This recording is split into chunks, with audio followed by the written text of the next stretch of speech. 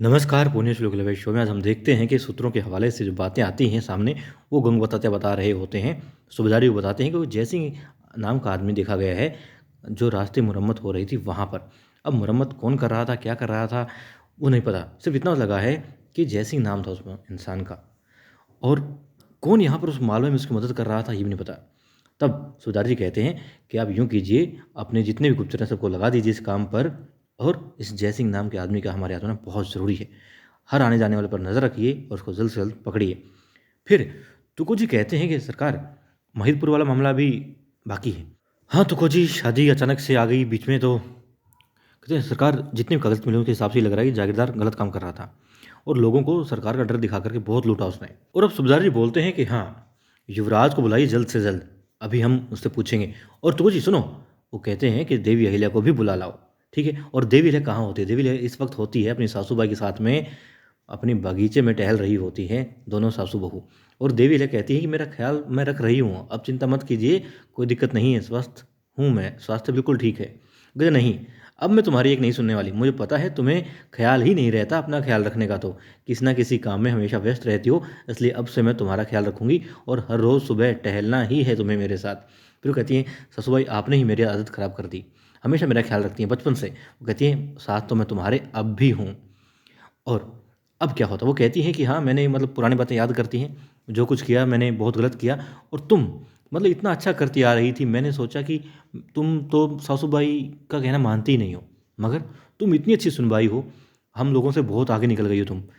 मैं सोचती रही कब सीखोगी तुम तौर तरीके, ढंग सीखोगी, परिवार के रस्में सीखोगी, मगर तुम तो मतलब मेरी सोच से बहुत परे हो अहिल्या, बहुत।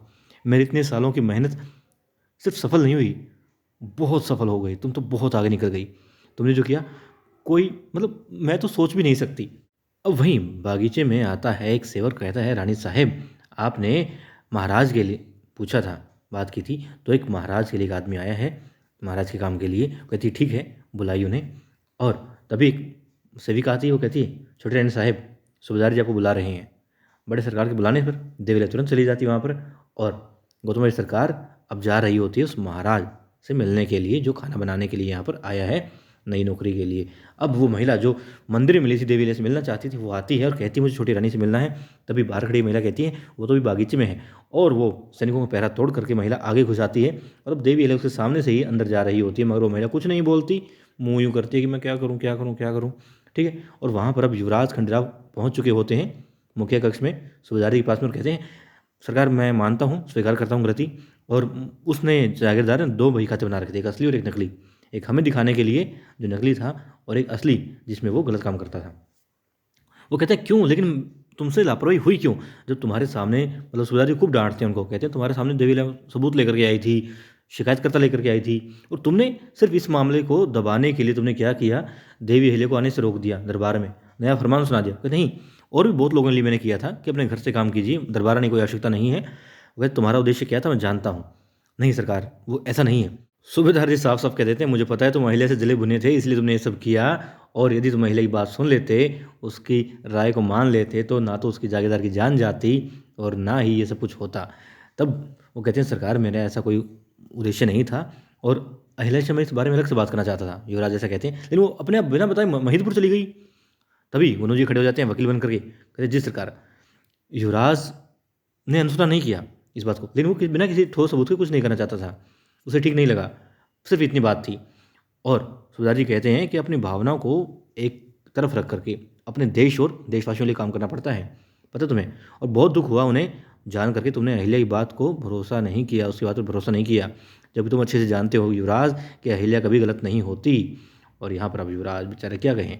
अब गुरु जी कहते हैं विश्वास कीजिए सरकार, आप सही कह रहे हैं, लेकिन युवराज ने बहुत समझदारी से काम किया, बहुत लगन से काम किया, एक दिन में दो दो तीन तीन समस्या का निपटारा किया इतनी समझदारी से, मैं तो हैरान रह गया सरकार। तब सुजारी कहते हैं लेकिन एक काम ने सारी अच्छाइयों पर पानी फेर दिया, अहिल्या के प्रस्ताव को ठुकराकर, अहिल्या की बात को ठुकराकर इसने अच्छा नहीं किया।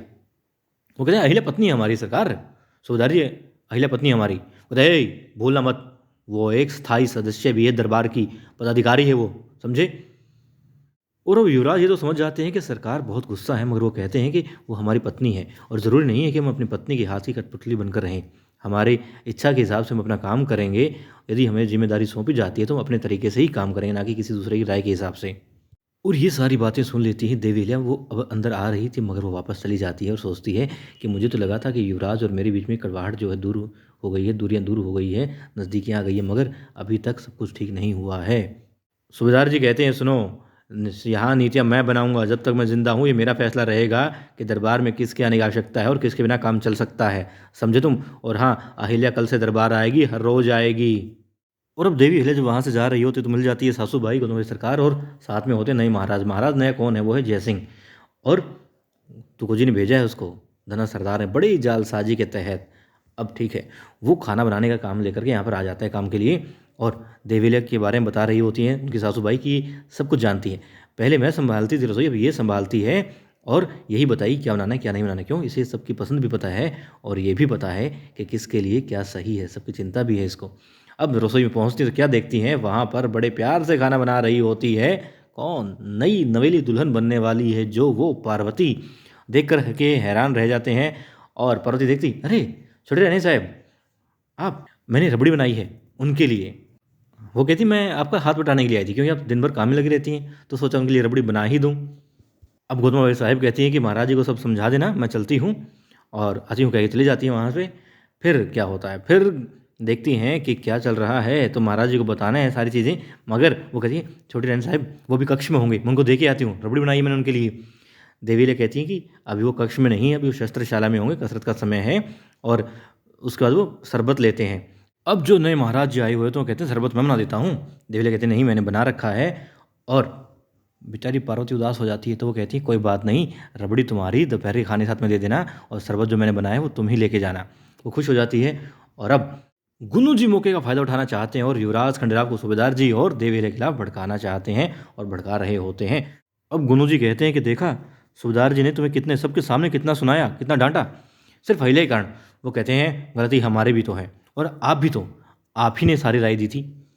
फिर वो चुप हो जाते हैं। और गुन्नू जी कहते हैं, हाँ, सोच के कहते हैं, हाँ मैंने ही गलत किया, मैं जागीरदार की बहन की बातों में आ गया, मुझे क्या पता वो झूठ बोल रही थी। वो कहते हैं, आपकी गलती नहीं है, मैं भी तो उसकी बातों में विश्वास कर बैठा। फिर वो तलवार रख देते हैं उनके हाथ में और कहते हैं, खंडेराव मैं गुनहगार हूँ तुम्हारा, मैं गुनहगार हूँ। वो कहते हैं, नहीं आपकी गलती नहीं है, आप विश्वास कर बैठे, मैं भी उस पर विश्वास कर बैठा, बस अपने आप को दोषी मत मानिए। कहते नहीं खंडेराव, लेने का बात का ध्यान रखना तुम, अहिल्या दरबार में आएगी अब। कहती हाँ आएगी, बिल्कुल आएगी। सूबेदार जी ने कहा, तो बस इस मामले में वो बात करी, या कुछ भी जब भी लगे तुम्हारी राय उससे अलग हो रही है, तुम डटे रहना। वो कहते नहीं, अब मैं अहिल्या को इस वक्त तो कम से कम मानसिक जो है तनाव नहीं दे सकता। वो जो भी करे, और हमेशा सही तो करती है, गलती हमारी ही तो थी उस मामले में। यदि हम बात कर लेते और तह तक जाने की कोशिश करते, देवी अहिल्या की बात ही मान लेते, तो ये नौबत आती ही नहीं। अब गुरु जी सोचते हैं कि युवराज तो देवी अहिल्या की तरफ ही बढ़ रहे हैं, रोकना पड़ेगा, दूरियां लानी पड़ेगी।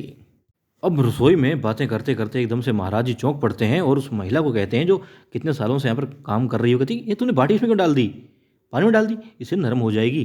तब देवीला कहती है कि ये बाटी वाला काम तो जो है राजपूताना की तरफ है, हमारे यहाँ नहीं। आप पहले कहाँ काम करते थे?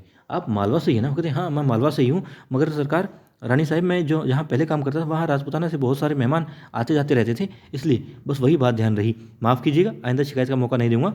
और जैसा मैं खाना बनाऊंगा आज से ही आपको पता चल जाएगा मैं कितना अच्छा खाना बनाता हूँ। अब एक दासी आती है और कहती है पार्वती से कि मुख्य कक्ष में आ जाइए, आपको बुलाया है, पंडित जी आए हैं शादी के मुहूर्त के लिए। फिर पार्वती आग्रह करती है देवीले से कि आप भी साथ में आइए, आप जब जब मेरे साथ में होती हैं मेरे लिए सब अच्छा ही होता है। देवीले साथ में चल देती हैं और वहाँ पर शादी का मुहूर्त निकाल दिया जाता है कि एक हफ्ते बाद शादी है। अब द्वारकाबाई साहिब कहती है कि हम सब महिलाएं जो मिलकर हैं तैयारियां कर लेंगे, सूबेदार जी आप चिंता मत कीजिएगा, देवी अहिल्या और मैं हम सब। तो कहते नहीं, देवी अहिल्या सिर्फ दरबार में आएंगी और कोई काम नहीं करेंगी और अपना ख्याल रखेंगी, और तुकोजी और रकमा भाई भी आपको सहयोग करेंगे शादी में, शादी की तैयारियों के लिए, लेकिन देवी अहिल्या और किसी काम में हाथ नहीं बटाएंगी। और फिर देवी अहिल्या कहती है मैं आती हूँ सरकार, वो जाना चाहती है। तभी पार्वती कहती है कि मैं भी निकलती हूँ साथ में, और सबके सामने कहती है कि मैं युवराज को शरबत दे आती हूँ कि शरबत का टाइम हो गया है।